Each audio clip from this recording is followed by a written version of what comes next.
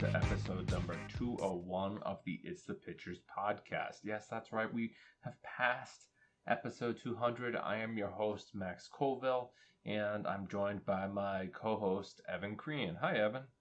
Hey Max, congrats on hitting 201, and then we're just going. We're just gonna keep going. Yeah, we'll keep on going. Next time we'll go congrats on 202, right? Yeah.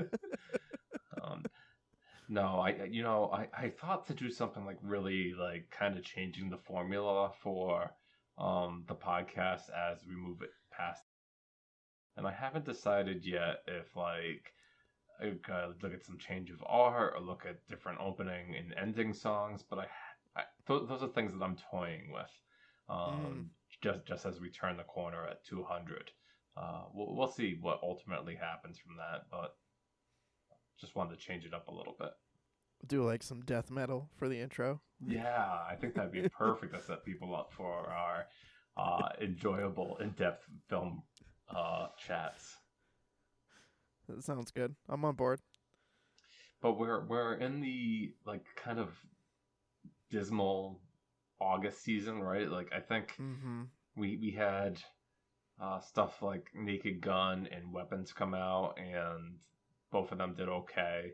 But other than that, I think this past weekend we had just some movies just kind of fail to make a name for themselves. I think Nobody 2 was like the big release. Mm-hmm. I think Bad Guys 2 is out there somewhere, like like making box office, but I don't really know. Mm. What really got me excited, Evan, is that I saw that G Kids has either re-released or released Shin Godzilla in theaters in a limited release. And Ooh. I'm gonna go probably in a few days to go see that why it's back in theaters. Nice. That'll be fun, I'm sure. It Yeah, is and kind of a dog days of summer. It is true in the movies too. Around this time of year, it's kind of a, to quote Christopher Walken, a dead zone. right, because it's funny. Like I was seeing that I think a weekend or two that Regal and some other movie theater chains are going to work with Netflix and put K-pop Demon Hunters in the movie theaters for like 2 nights. So for Nice. sing-alongs, and it's just whatever they can to fill movie theaters. So Yep. Well, I mean, also it's as every year there's anniversary movies too, but there's some fun anniversary movies that I know are getting re-released in theaters. Like I was just seeing that it's 40th anniversary of Breakfast Club this year, so that's going to get re-released, and various other movies. So that's also an opportunity to bring people to the movies, but also just a time of year when a lot of people are on vacation, I feel like. yeah, It's probably that's not really watching movies. yeah, that's what it is too. I mean, like you said, there's some anniversary stuff coming out. This is like when Universal really set the Jaws 50th theatrical engagements to start happening. Like, I think there's like a 40x Jaws 50 at the end of the month, Mm-hmm. and then I think the first weekend in September, Disney's bringing Hamilton to movie theaters for the first time. Like that's what they wanted to do, but the pandemic happened, so Right. they're like just pretend that it's not already on Disney Plus. Just come to the theaters and sing along with it. There will still be people that will buy tickets and show up, I guarantee it. Yeah, well, I'm sure, but I think also buried in there is like a new Darren Aronofsky. Have you seen the trailer for that? The Austin Butler Caught Stealing. Yes, I actually really want to see that movie. It sounds awesome based on the description I read of it. Yeah, it's almost like who's that director? That Guy Ritchie. It's almost like Darren Aronofsky doing Guy Ritchie. That's what the trailer kind of felt to me. Mm-hmm. Yeah, Guy Ritchie does love his like gritty crime gangster movies. That's his trade basically. But yeah, caught stealing, I definitely want to see. But speaking about upcoming movies, our whole theme this week will be our fall movie preview. As we're entering the dog days of summer here, the last few weeks of August. We'll be getting ready for the movies coming out in September, October, November, and maybe even a little bit of December. Maybe not the blockbusters like Wicked for Good or Avatar Fire and Ice, but or is it Ice and Fire? I'm not sure. but I forget myself. but we Fire and won't. Ice sounds better, even if that's not the title. We won't be going into those two movies. They don't necessarily need the backing of fall festivals. We're gonna really focus on that with talks about Toronto, Venice, and the New York Film Festival, as the Telluride Film Festival doesn't release what they're showing at the festival until people are famously in the air flying to Telluride over the Labor Day weekend period. But before we get into all that, we received, we as in everybody on this planet, received word Right, that the world. yes, that actor Terrence Stamp passed away. We Evan and I just saw a whole bunch of his movies because we were watching the Superman movies of Christopher Reeve. He played General Zod in those movies. Mm-hmm. But I also admired him in a Steven Soderbergh movie, The Limey, which I saw like within the last 4 or 5 years. I really loved him in that. Apparently, his Mm-hmm. last movie role was in Last Night in Soho, the Edgar Wright film. And if you want to take a look on Instagram, Edgar Wright wrote a nice eulogy to the late actor. Evan, what's your experience with Terrence Stamp? Is that a good coverage of it, or do you know him even more? Yeah, so I mean, obviously, I watched the Superman films, and I also saw him in Priscilla, Queen of the Desert, which I really liked him in. I thought he was really terrific. That's another one that I would. Sorry, it's called. I always call it Priscilla, Queen of the Desert, but like the full title of the movie is The Adventures of Priscilla, Queen of the Desert. But yeah, I also really thought he was terrific in that. And viewers, it's a movie about drag. It's an Australian film with Hugo Weaving, Terrence Stamp, and Guy Pearce, and they play drag queens on kind of like a it's like a road trip movie about drag queens kind of going across the outback, performing in various little kind of like dive bars and stuff. But it's really good. I like it a lot, and I think he's terrific in it. So that's a Terrence Stamp, maybe an underrated or underseen Terrence Stamp that I would recommend. You just mentioned Hugo Weaving. What the heck has he been up to? I mean, like he had that like era in the Matrix and Lord of the Rings and V for Vendetta where he was like everywhere, and like Mm-hmm. I don't even remember the last time I saw Hugo Weaving. Yeah, me neither. I feel like he just kind of fell off the radar for a while. He probably made like a crap ton of money from all of those movies, though. It's like he's probably not somebody that has to work a lot. um, yeah, so I guess rest in peace to Terrence Stamp. If you also, Evan and I named a great deal of his movies that he has appeared in. That I'm sure there's going to be a lot of good writing about his career because Mm-hmm. he was an actor for a long, long time. Evan, have you seen that? Apparently on Amazon Prime Video, there's a movie being featured, which is like a new adaptation of the H.G. Wells novel War of the Worlds. Yeah, I've heard of this, and I think I've mainly just heard it's just atrocious. Yeah, apparently it's been stamped with like this like badge of honor where it has a 0 Rotten Tomatoes score, which is like normally you get at least like a 20, right? Or like Right. someone's gonna Something love in it. the teens, I feel like even movies that I've enjoyed, but I'm like, okay, it's not high art or anything. Usually it's like 15, 16, 17% on Rotten Tomatoes, but 0%, that's bad. Yeah, it takes a real special film, and I've seen some people kind of curiosity watch it now, and like they're like, how bad could it be, right? A 0%, Mm-hmm. and that's why it's gotten more coverage than probably it should. But I guess I'm here to report that from what I've read, you should very much skip this. I guess it features like Ice Cube, and it feels like a movie that was shot during COVID, and like they kind of shelved it for 5 years until they finally like Mm. stealth released it. So Oh, I see. So is it mainly like you're watching like screens and stuff, kind of like in the vein of something like Unfriended or The Host? I think so. Hmm. Okay. I mean, that can make a compelling movie. I think The Host is a really compelling horror movie of the COVID era with like it's all like shot over Zoom basically. But yeah, that's really sad to hear. It's so bad. Yeah, and I'm a big fan of this film label. They're called Vinegar Syndrome, and they release a lot of these like shocky kind of like so bad they're good movies, and fun movies that are kind of like fun to turn on and laugh with your friends. The understanding Mm-hmm. I'm getting from this one is that there's absolutely nothing funny about it, and you can't even enjoy it on that merit. So it's not like The Room, like it's so bad it's hilarious. Right. I don't think it reaches that level. Oh damn, that's really sad.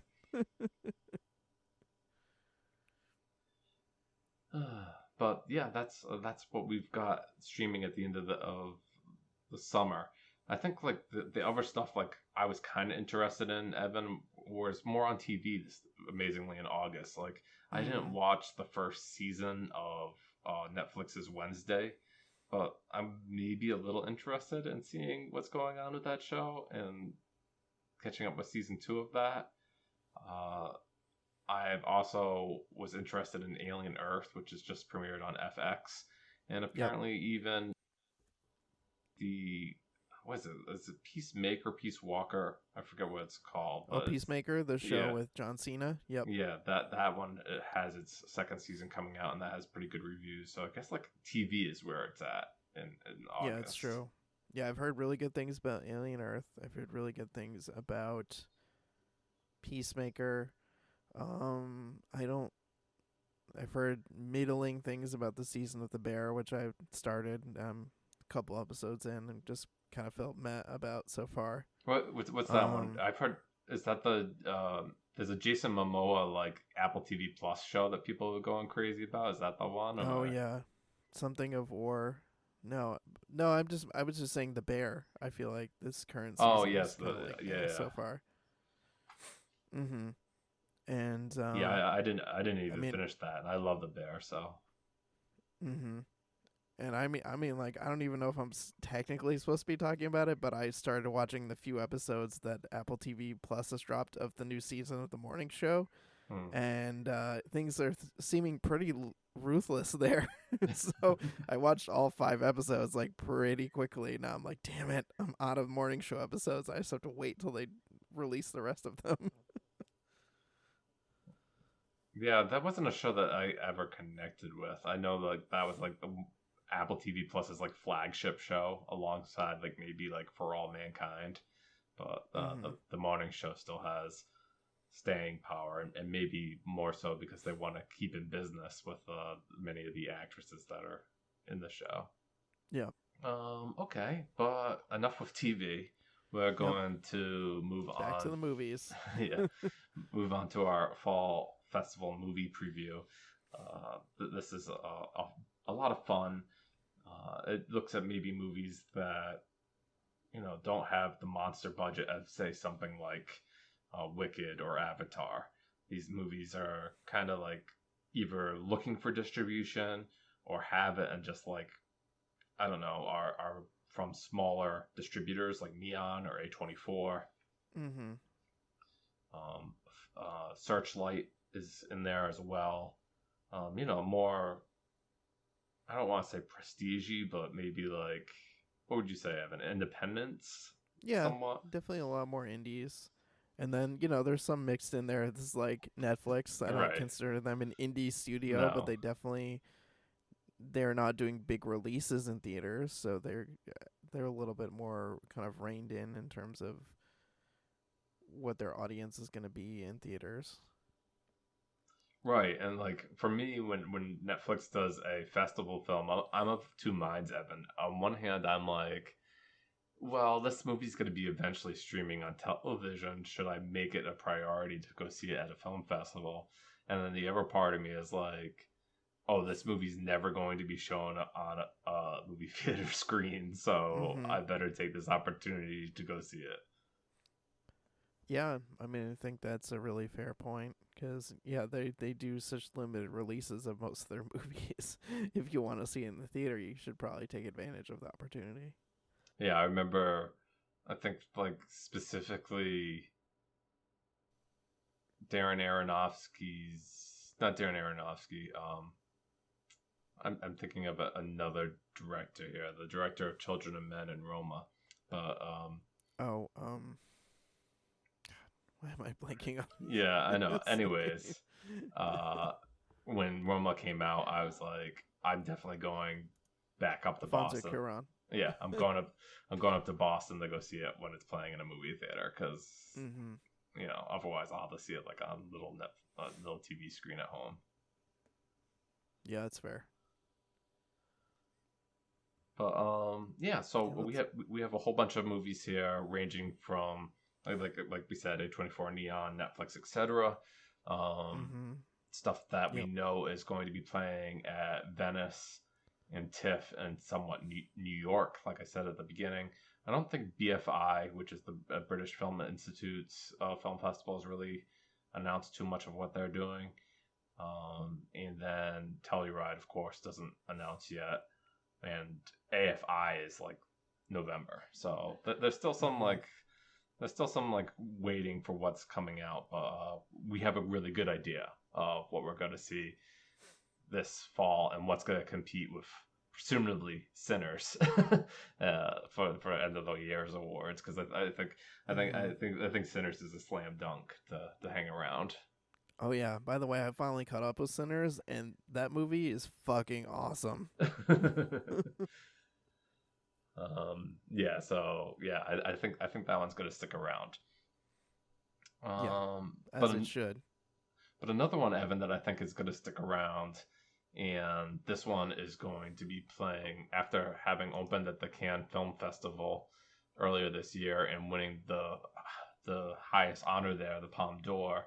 Uh, the new Jafar Panani movie, It Was Just an Accident, is going to be Mm. playing at Venice. No, not Venice. I think it's going to.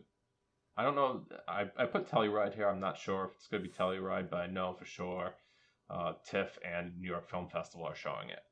Um, this is, like I really love Panani's other movies where like he's known to have filmed his movies in secret because like he's always like prosecuted. I Mm-hmm. think he does his movies in Iran and like they're like very um, particular about what they want him to film, and he normally skirts. I guess like one of the things is like he doesn't have his actresses like mandatorily wear a hijab, and like that's like no, they always have to wear them, but Mm-hmm. he doesn't want that, and so the trailer just came out, and it was like really uncomfortable to watch, and I'm like that's perfect. It's kind of described as this film where this night driver, en route with his pregnant wife, accidentally kills a dog, and he seeks help at a garage, unaware that his rescuer believes him to be the police officer who tortured him. So he was like a case of mistaking identity, Mm-hmm. and Sounds compelling. yeah, and um, I guess the guy who is supposedly helping this guy with his problem thinks that he's so bad that he wants to like bury him alive as a revenge plot. Mm-hmm. And then like he doesn't know whether or not he has the right guy in the trailer. I'm like, that's like really um a messy situation to be in. Like, oh, I accidentally tried to bury this guy alive. Is he really like the right guy? Yeah. I mean, that makes for a compelling premise of a movie. It reminded me of a movie that I can't remember the title of it, but it was a similar thing where it was like this woman is working at this place and she meets this priest who she's pretty sure is the guy who like enslaved her as like a child soldier and like assaulted her and did all these horrible things to her, and then she like kidnaps him and captures him and has this whole like thing where he's like, no, I'm not that guy, and she's like, I'm fairly sure you're that guy, and there's a whole back and forth there, and it ends up being a very compelling story. And so this sounds similar in that, like, whoa, it's going to be a lot of really kind of like thorny, layered things that's going to be exploring around trauma and revenge, and where is that line, and is your can you rely on your memory, things like that. So Yeah, it sounds like a pretty juicy premise for a movie. Yeah, and like there was I guess a fair amount of excellent movies that played at the Cannes Film Festival, and for this one to so uniformly win um, the affections of everyone on the ground there. I heard a lot of people really excited about it. Makes me think that this is really going to be a fantastic feature, and I think they just announced. I wrote it on the newsletter about this one, and I think Neon is going to release it in October. I'll double check that. Yeah, it's going to open probably limited October 15th. Alrighty. So Evan and I kind of talked ahead of time because I made this like huge list of like 30 films. It's a Yeah, very thorough list, listeners, I have to say.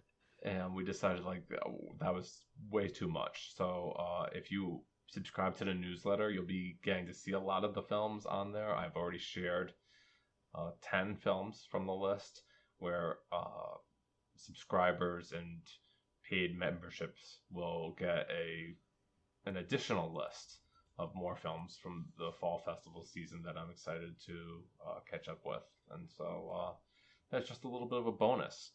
But Evan and I picked kind of like 6 films, and Evan's going to share one of his most anticipated films from the fall movie circuit now. Yeah, sure. So I'll start with my most anticipated and work my way backwards. But that's going to be Dust Bunny, which is directed by Brian Fuller. This is a reunion between Brian Fuller and Mads Mikkelsen of Hannibal fame. And the premise is that a 10-year-old girl procures the services of a hitman, played by Mads Mikkelsen, to kill the monster under her bed in a whimsically macabre feature from, of course, Brian Fuller of Pushing Daisies and Hannibal fame. So this has Mads Mikkelsen, who I love, Sigourney Weaver, David Dastmalchian, who I also really love in the horror world. And yeah, I was just a really big fan of Hannibal. I thought it was such a really stylistic show and just so like weird and gross, and so I feel like this movie is gonna be awesome. I'm like really excited about this. The thing I'm most excited about. It has a really funny premise, and I'm sure it's gonna go to some dark, weird places. Yeah, I was just like looking at, I guess like Fantastic Fest kind of released their slate, and I was trying to see if this was going to play there too, and I don't see it yet, but just it just feels like that kind of movie, Yep. right? Because Mm-hmm. it's going to be featured in the TIFF Midnight Madness selections. Yep. It's a Midnight Madness. I'm totally there for. It's my kind of Midnight Madness. Yeah, and when I saw it, like I saw like a few episodes of Hannibal, Evan. I wasn't like a huge like follower, but I know how much that show meant to everybody, Mm-hmm. and I'm like, this is an opportunity for the two of them to like reunite and work together again, and that just sounds like a great time. Oh, totally. Yeah, it's the kind of show where like I really appreciated on a very like visceral level when I watched it. But then like I've seen a lot of stuff since I watched it that was like showing literally like a frame by frame comparison of things from Hannibal and other films that it was influenced by, and it's so striking the things that Brian Fuller was doing in like homage to things like 2001 and so many other films. And so yeah, I'm really excited about this one. Cool, cool. Yeah. So my next selection was going to be the new one from Park Chan Wook, which I was super excited. I saw that it was playing at Venice in competition, so I was just like Mhm. I was hoping that it would be mentioned or playing elsewhere. And I think like there was one press email that TIFF sent out where it was like, "Oh, we're having these people talk in conversation at the festival, and also." No other choice has been added to the program. And I was like, yes. um, I have really enjoyed Park Chan Wook's other recent films, like The Handmaiden and what was it? I forget the other one's called, but it's Mm, this excellent film where like there's a detective and he's like investigating a crime, and like this woman is like kind of really, I don't know, she seems like she's kind of responsible for the crime, but like he kind of gets manipulated or changes his mind. It's a really fascinating movie, and I love the Hmm. cinematography in it. I don't think I know that one. I know I saw his film Stoker with Matthew Good, I think Nicole Kidman and Mia Wasikowska. That was, I remember, a pretty visceral movie. Yeah, I think that's like one of the few that I haven't seen yet. The one that I was thinking about is called Decision to Leave, Mm. and yeah, I loved that movie. Actually, he was in the news recently, Evan, because I guess like he and another screenwriter worked on the HBO TV series The Sympathizer during the writer's strike, so they were like kicked out of the Writers Guild of America. Mm-hmm. I was like, yeah, that sucks, I guess, but Oh, that's terrible. Wait, oh, I did see Decision to Leave. Yeah, this I remember not. I wasn't on board for all of it, but I remember it being very visually striking and definitely memorable. did you like So yeah, the beach at the end? That's like very yeah. memorable. Oh my fucking god, listeners, the beach scene at the end. Whoa, that's all I have to say. But yeah, so I really enjoy Park Chan-wook's movies in general, and the premise of this one is just like super excellent. Where it's like after being unemployed for several years, a man devises a unique plan to secure a new job, and that's eliminate his competition. And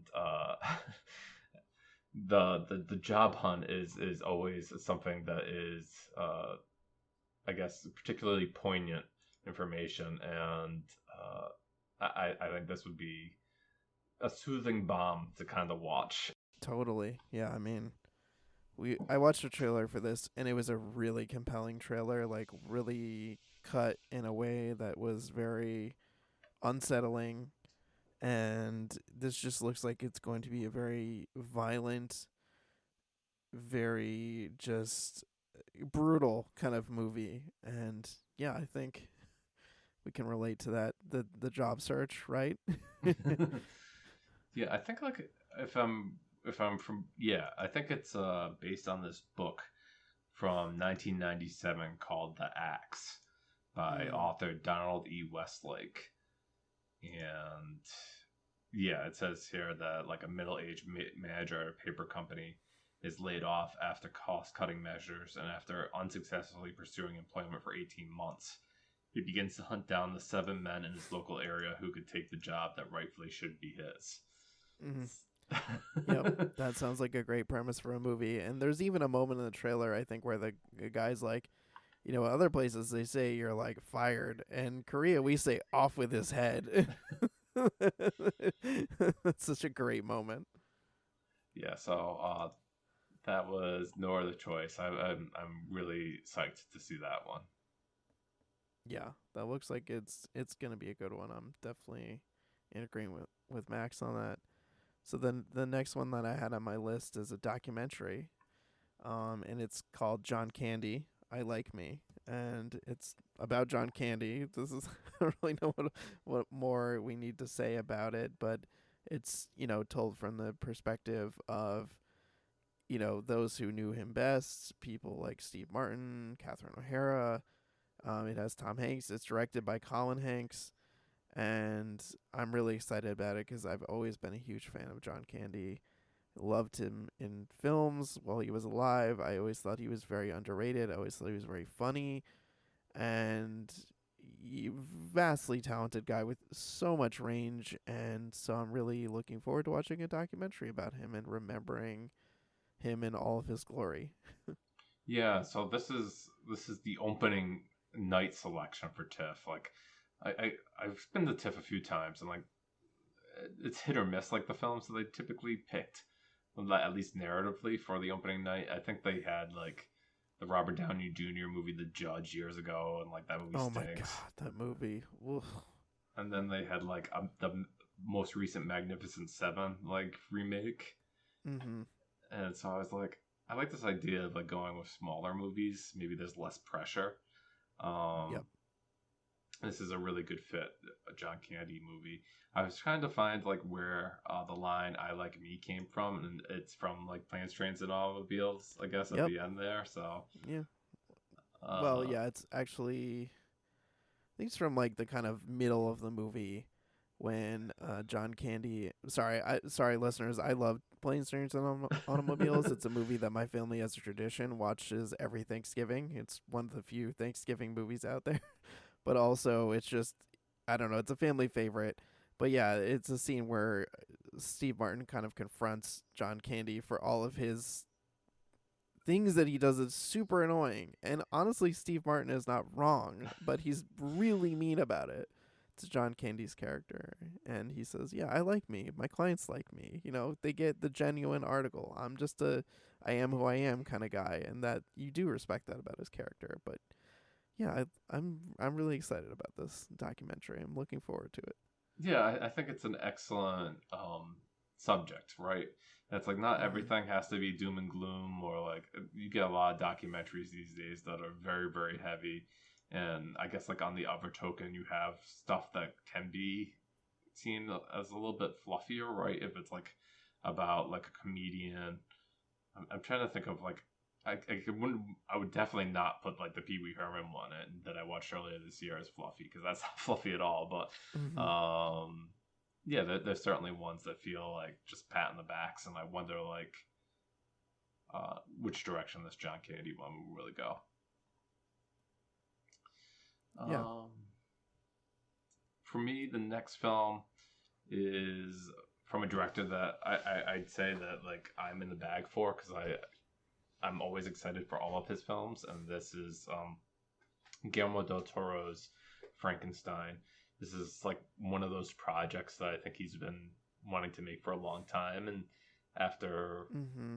after getting his Oscar for the Pinocchio animated feature, Netflix still wanted to work with him. It was maybe like, oh yeah, we'll finance your crazy projects, because I don't think I say this, Evan, but like I didn't think like Frankenstein was like a franchise that had a lot of juice right now.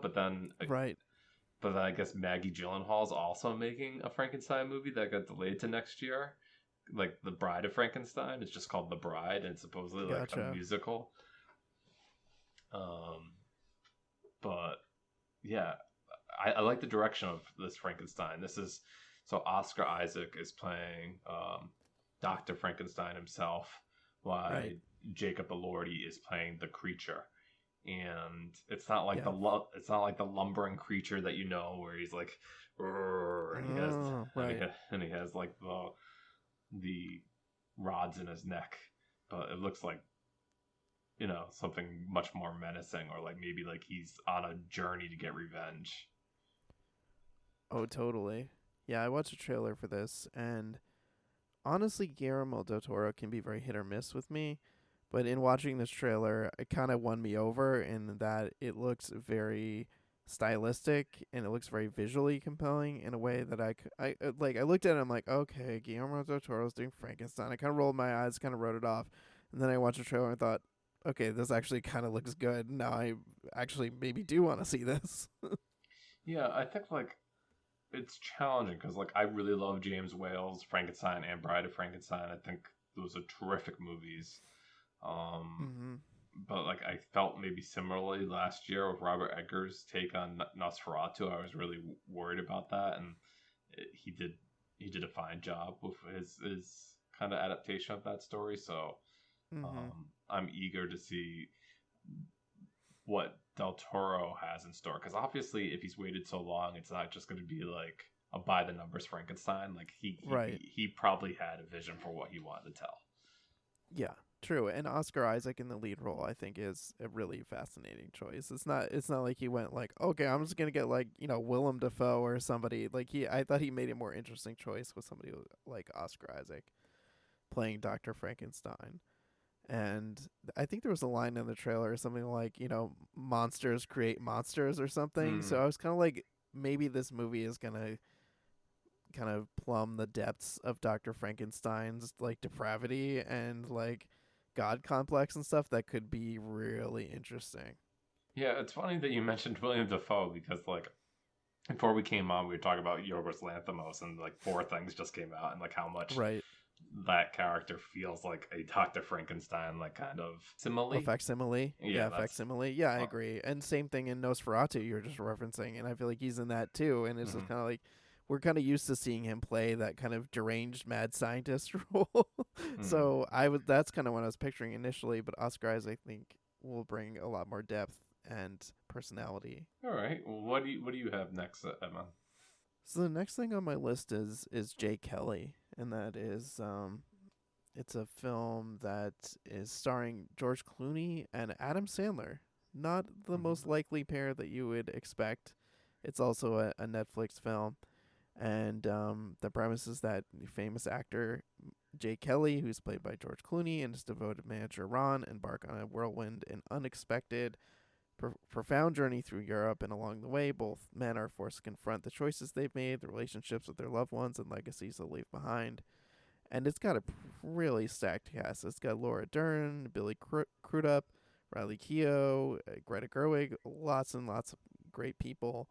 And yeah, I've always loved Adam Sandler. We did a whole episode on him recently. I've loved him as a comedian. I think he doesn't get the respect he deserves as a dramatic actor, especially for Uncut Gems, which I think is he's incredible in. And so, really, for me, I want to see this because I want to see Adam Sandler in another, compelling dramatic role. And I like the idea of him, playing against George Clooney. That's a really interesting combination of people, and I really want to see how it all plays out. Yeah, this is like so you mentioned Greta Gerwig. This is her husband's Noah Baumbach's new feature. Right. Mm-hmm. He I saw an interview where like I guess he was kind of disappointed by the reception that his last feature, White Noise, uh ended up getting when it premiered on Netflix and Mm-hmm. went through the festival circuit. And I have to admit, like I generally like Noah Baumbach films, and I just skipped that one. So It sucked, if I'm being honest with you. so I'll be certainly interested to see what he does here with Jay Kelly. Yeah, I think this will be much more interesting. But yeah, you're not missing anything with White Noise, Max. What's next on your list? Next on my list was the new movie from the director of The Worst Person in the World, and Mm. that is Joachim Trier. And this is the film's called Sentimental Value, and it won second place at the Cannes Film Festival. I guess it's going. Yeah, I guess I saw that it was TIFF special presentations and a Canadian premiere, so I assumed that it was going to be playing Telluride, and then it's going to be playing New York Film Festival as well. So this is one that's getting the full gauntlet by Neon, showing up at all the festivals. It has Worst Person in the World actress Renate Rensve, and then Stellan Skarsgård and Ellie Fanning. Mm-hmm. And it looks like it doesn't look like that electric from the trailer. It looks kind of like your typical drama Yep. where I guess one of the sisters gets more attention from their father, and the other one, never got that same attention, or a battle for a father who isn't really always there for them. But Mm-hmm. I was I think like I had a weird relationship with Joachim Trier before A Worst Person in the World, because I saw his movie Oslo August 31st, I think it's called, and that one like really upset me because it's so bleak. So like I wasn't really excited for what he did next, but then Worst Person in the World came out and I loved that. So I'm back in that camp, and I thought when I saw this on the list of Cannes that like it was my pick to like win the festival. So um Mm-hmm. yeah, I'm glad to hear that it's really good. That's good. Yeah, I think I watched the trailer for this and kind of thought, it seems like a kind of standard drama. I don't think the fact that it's about like sisters and like an estranged father who's an actor, and some drama around like, oh, one of the daughters doesn't want the role, so he gives it to this American actress played by Elle Mm-hmm. Fanning. I just didn't think that was gonna do it for me. But Mm-hmm. yeah, I'm glad you're excited about this one. Okay, what's the next one you have? I mean, while we're on the Netflix train, let's just be honest and say that I'm excited about the new Knives Out movie, Wake Up Dead Man, which I watched the teaser trailer for. I mean, we've talked before on the show. Ryan Johnson's one of my favorite working directors. The Knives Out series is so much fun, so I'm excited about a new installment.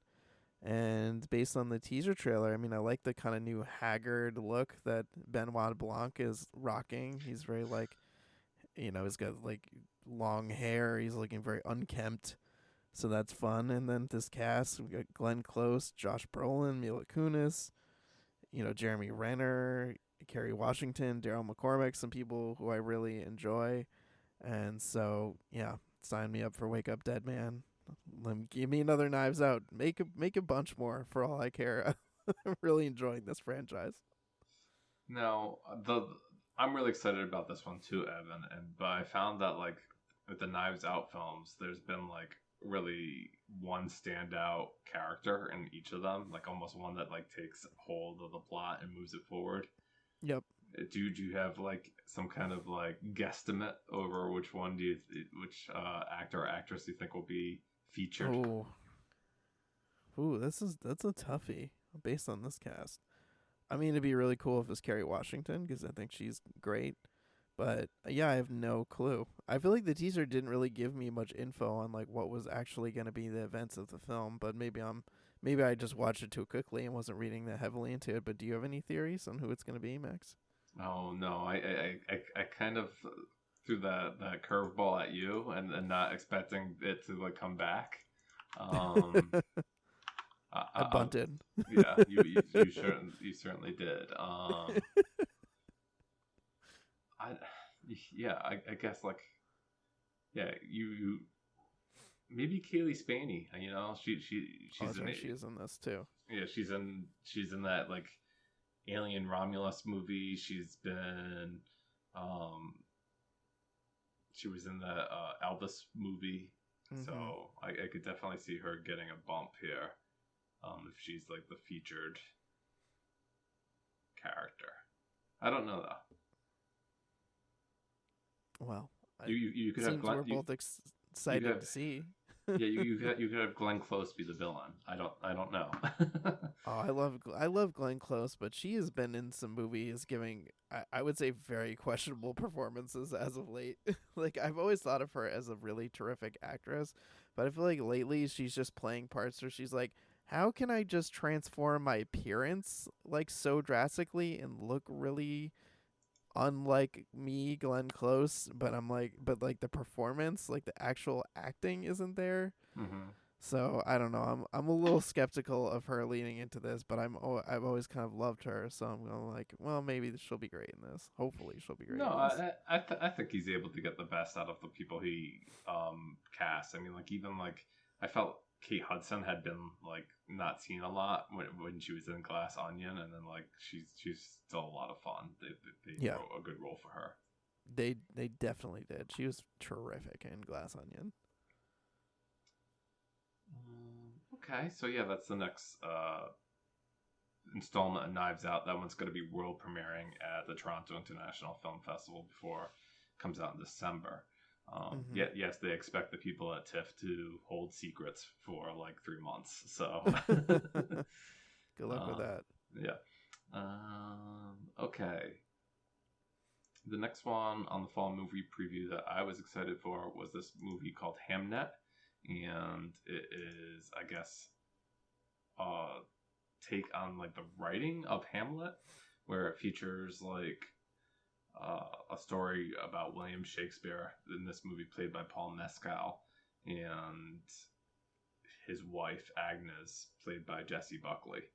And I think the novel's pretty well received. I haven't read it myself, but it's directed by Chloe Zhao, who is the Oscar winner for her movie Nomadland, Mm-hmm. and most recently she had kind of like I guess the Marvel flop, The Eternals, but I won't hold that against her. Yeah. I'm still very much looking forward to Hamnet, and I assume that it's opening at Telluride because again, the program for TIFF said that it is the Canadian premiere, so that would lead me to think that it's gonna show up at Telluride first. And can you have Yeah. like two like more like I think like Jesse Buckley and Paul Mescal are like the it actors right now, or like Yes, they definitely are. I was just thinking that as you were saying the cast, and I'm like, the story, the period piece stuff doesn't usually hook me, but these two are kind of heavyweights right now of the kind of like younger actors, and so they definitely picked good people to play off each other. yeah. So we'll see how it ultimately plays out, but I'm definitely excited to see this new feature. Yeah, cool. Let's see. So the next one on my list is Rental Family, which honestly sounds like it. I don't know. It's just a bizarre premise for a movie, but it's Brendan Fraser, who I love, and I'm really happy that his career is on an upswing again.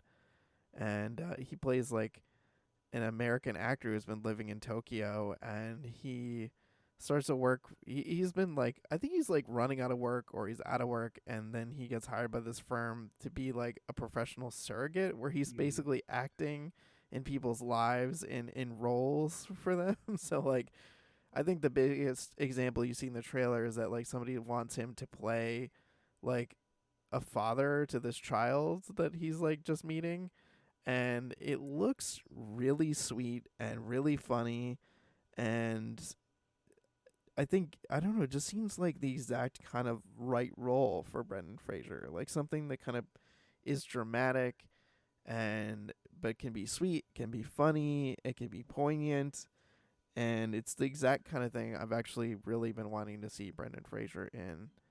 So I'm like totally on board. It's directed by Hikari, who has directed some episodes of Beef, which was a really terrific show. If you've never seen it, with Ali Wong and Stephen Yun, and so yeah, I'm just really. I watched the trailer and thought, yeah, I'm really excited to see this movie. I want to see Brendan Fraser in this role.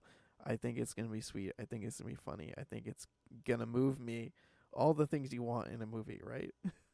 Yeah, and I think like took away the same things you did, and I guess like I'm just hopeful that it's able to like toe the line because something like this could get like really schmaltzy or like Yep. not be able to like hold I don't know this like poignancy about it. Like you could become like kind of creepy if they don't get it right. But Yep.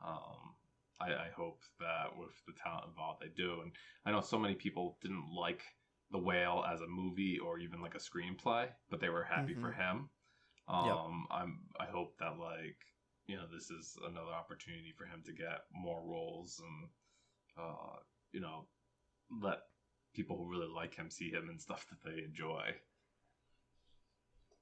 Yeah. Cause Same. like I'm one of those people too. Like I tear up and cry during The Whale when I saw it? Yeah, I did. But did I think it was some kind of masterwork? No, not at all. I thought he was terrific and he's the reason to see it. But I think Darren Aronofsky's really good at that, like getting the most out of his actors. I think every time he's had a movie, like the actor's been nominated for like best actor or actress. So Yep. So Rental Family, sign me up. and then my last film is one that's playing at Venice in competition, which I knew nothing about until just recently, which is this movie called The Wizard of the Kremlin from Olivier Assayas, who is the director of like movies like Clouds of Sils Maria, and it stars Mhm. Paul Dano, Jude Law, and Lisa Vikander, and it's the world premiere at Venice, and then show up into special presentations, and uh, I guess like it's takes place in the early 1990s and the aftermath of the USSR's collapse, and it has a young artist turned TV producer, Vadim Baranov, who I guess is being played by Paul Dano, and he's going to meet with a promising young member of the FSB ex KGB, Vladimir Putin, who's being played by Jude Law. And I was just like, that's wild casting. I'm like, Yeah, totally wild casting for sure. I can't wait to see Jude Law as Putin. So, um, and this could be like one of those movies where like it just has like two guys kind of interviewing each other, like I guess like Mm-hmm. Frost Nixon was all those years ago. Yep. Maybe this one will have a little bit more juice in it than that, but we'll see what ultimately comes of it. Yeah, for sure. I'm a well documented non fan of Paul Dano. I like Jude Law. I don't like Alicia Vikander. I don't think she's a good actress. But the premise of this movie does sound interesting. So I was kind of like, I had this kind of reluctantly on my radar too when I was looking at this. Like, I think I basically wrote, like, don't like the cast. Jude Law is my favorite of this group, but also has a good premise. So yeah, sure, why not? All right, and then one more movie you wanted to highlight, Evan? Sure. I mean, great title, House of Dynamite. This is a great title for a movie. It's Catherine Bigelow's latest. Is playing in Venice in competition, New York Film Festival. This is, I guess, another I guess I'm really on the Netflix train this year. Yeah. And this has a really stacked cast. I think also it's got Idris Elba, Rebecca Ferguson, Jared Harris, Greta Lee, Tracy Letts, and the one sentence plot summary is: when a single unattributed missile is launched at the United States, a race begins to determine who is responsible and how to respond. And yeah, I don't know. That sounds really exciting for a premise of the movie and really scary. And I'm really interested to see how it all plays out with this cast. Then Evan, we're gonna find out. Spoiler alert: it was AI all along, right? Yep. As always, we got AI to blame. That's the entire premise of the new Mission Impossible movie. Sorry for spoiling it for everybody out there. Oh, darn, Max. You really got me. No, it's fine. I'll see it. But yeah, I'm not. I'll be okay. I'll survive. I didn't see Catherine Bigelow's last film. I guess it was Detroit. I heard like very mixed things about that. Yeah, I was not a fan of that one. I don't think it was particularly good. But Catherine Bigelow definitely, she knows how to make like a really intense movie. Because Detroit was, I think, very intense, even if you weren't like on board with what was going on there.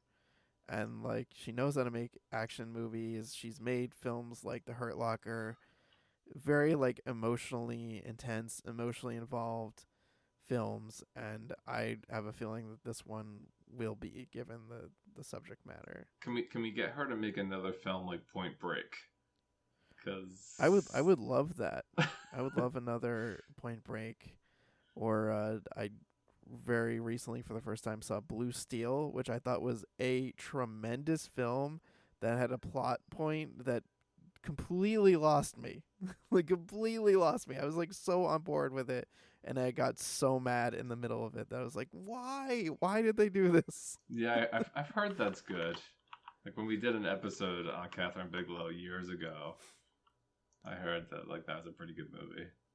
Yeah, it definitely it's a movie you watch and you're like, the person making this had some fucking chops.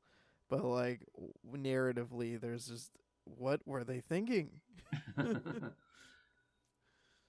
Anyway, that's my that's my take on this movie, and apparently on Blue Steel, which I've now given you a mini review of.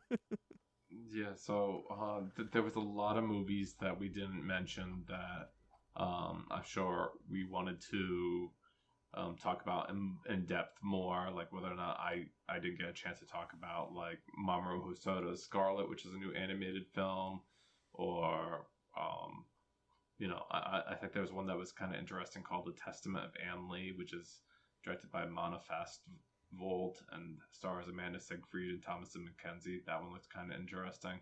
Mm-hmm. Um, Evan, was there anything that you wanted to just plug last second that you Yeah, wish? there was the Smashing Machine, which has Dwayne Johnson. It's an A24 where he plays, real life UFC pioneer Mark Kerr. That I thought looked kind of interesting and weird.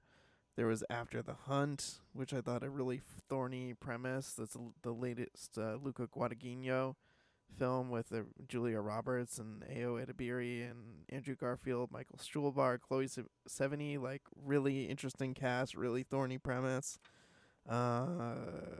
There was one called The Secret Agent that I feel like I knew relatively little about. I think it was a Brazilian film.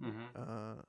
That also sounded very like pulse pounding and scary about spies and intrigue. I think the director of And that did like Bacurau, I think it was called, which I mm, thought was like a fantastic movie.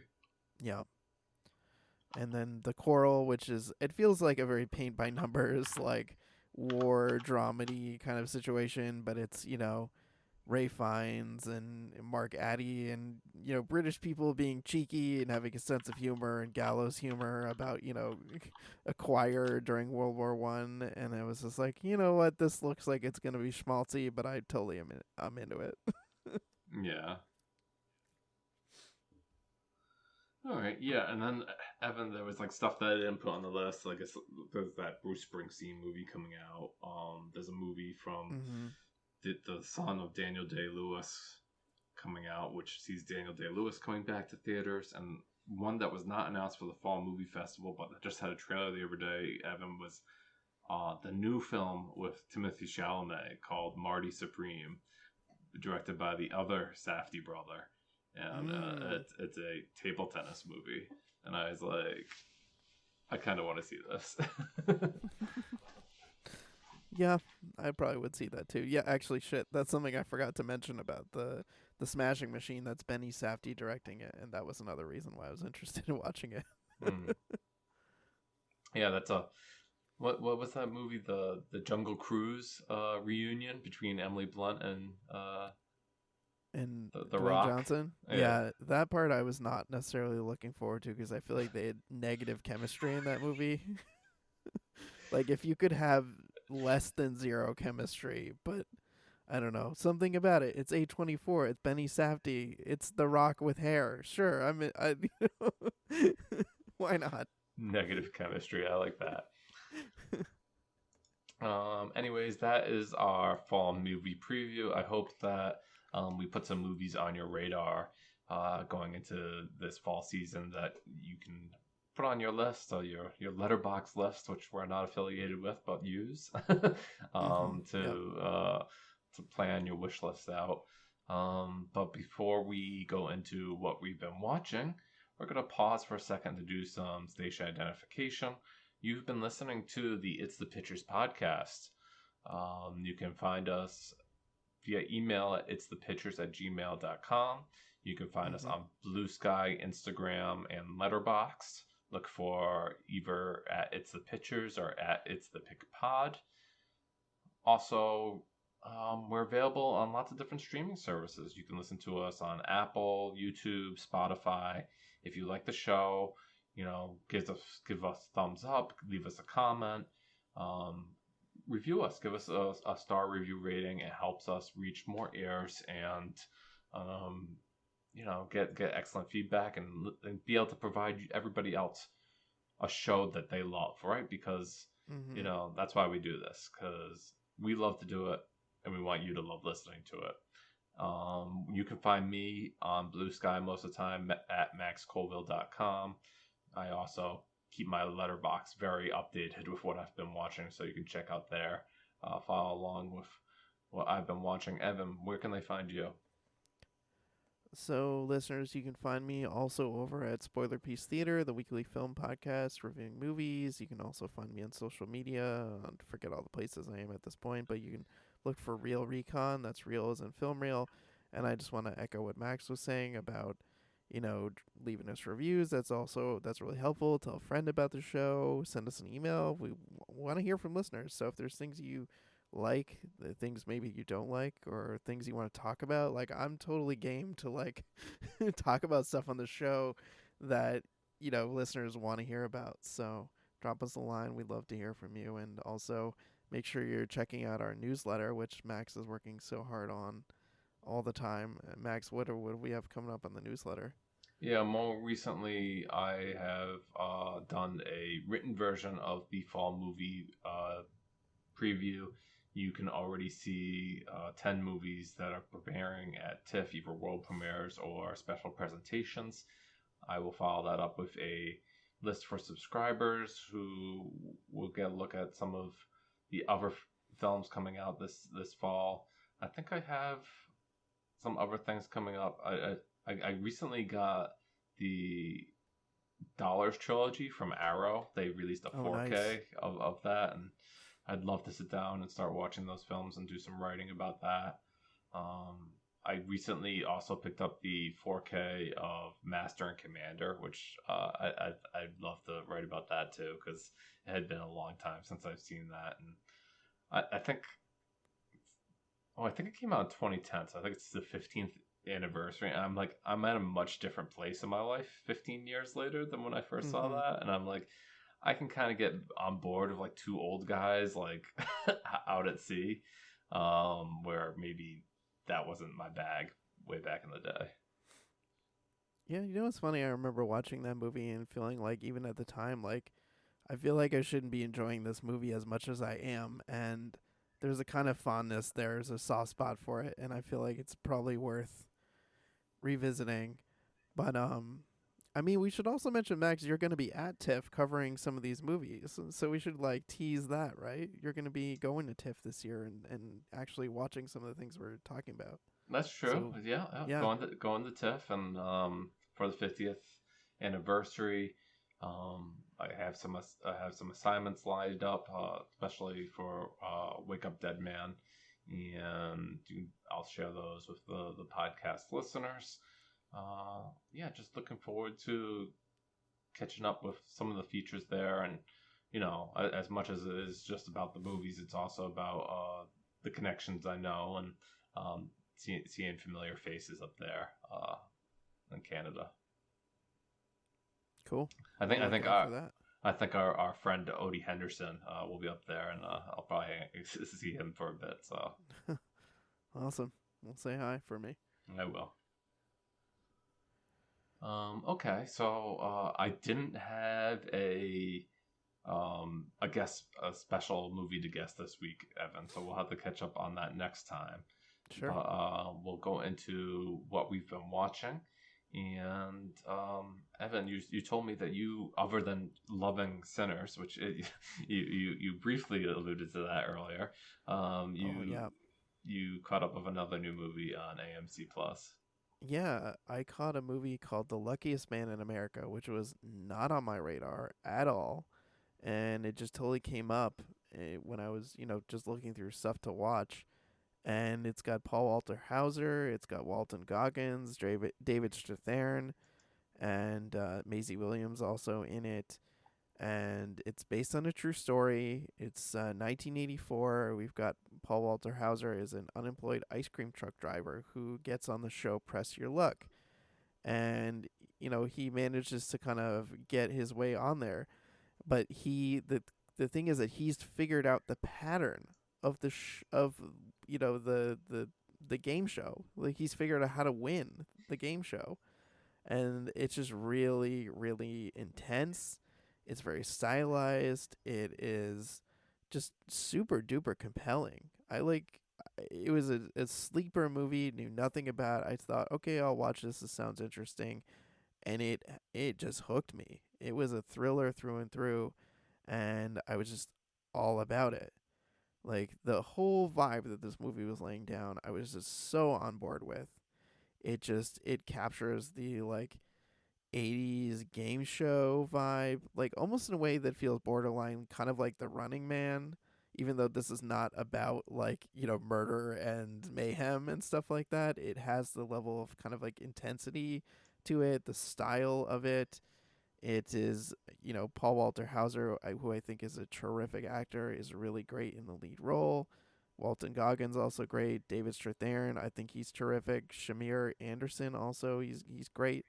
So there's a, like, really spectacular cast, really interesting, premise. The fact that it's based on a true story, also really intriguing. And yeah, I was like, how the hell have I not heard about this movie? Because this is just really awesome, and I was so glad that I sat down to watch it. Yeah, that sounds like a lot of fun. And Paul Walker Hauser also appears like very briefly in the new Fantastic Four movie as Mole Man, and Mm, it's just like I'd almost say it's like a throwaway character, but he's so much fun in it that you he makes an impression, even though like he doesn't stick around very long.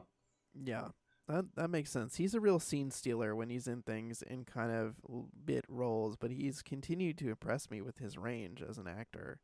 Since I think the first time I saw him was I Tanya, and I thought, whoa, this Mm, guy is yeah. really really good and real scene stealer in that. And I've loved him even in like bit roles where he was in like Cruella. I thought he was really fun in that. And then in other things like the TV show Black, I think it's called Blackbird on Apple TV. Hmm. And yeah, I just continue to love Paul Walter Hauser. Richard Jewell, so good. So many things that he's just excellent in. Yeah, Richard Jewell was another one I was thinking about, right? Because that was like a Mm-hmm. lead performance for him. Yep. And then What about like you? What have you watched? yeah, other than like just plugging Superman, because I guess like James Gunn's Superman is now available to buy on PVOD. And Mm. I think that people who haven't seen that should totally get on it because I can't wait to watch it again. Nice. I really enjoyed it in theaters, and I've been thinking a lot about it since seeing it. So I'm looking forward to watching it again. But yeah, the one that I saw most recently in theaters, FM, was the new movie from the director of Barbarian, Weapons, Mm. which I guess the director's name is like Zach Krieger, I think is his name.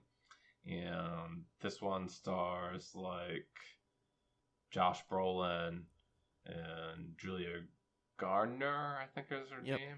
Julia Garner. That's right.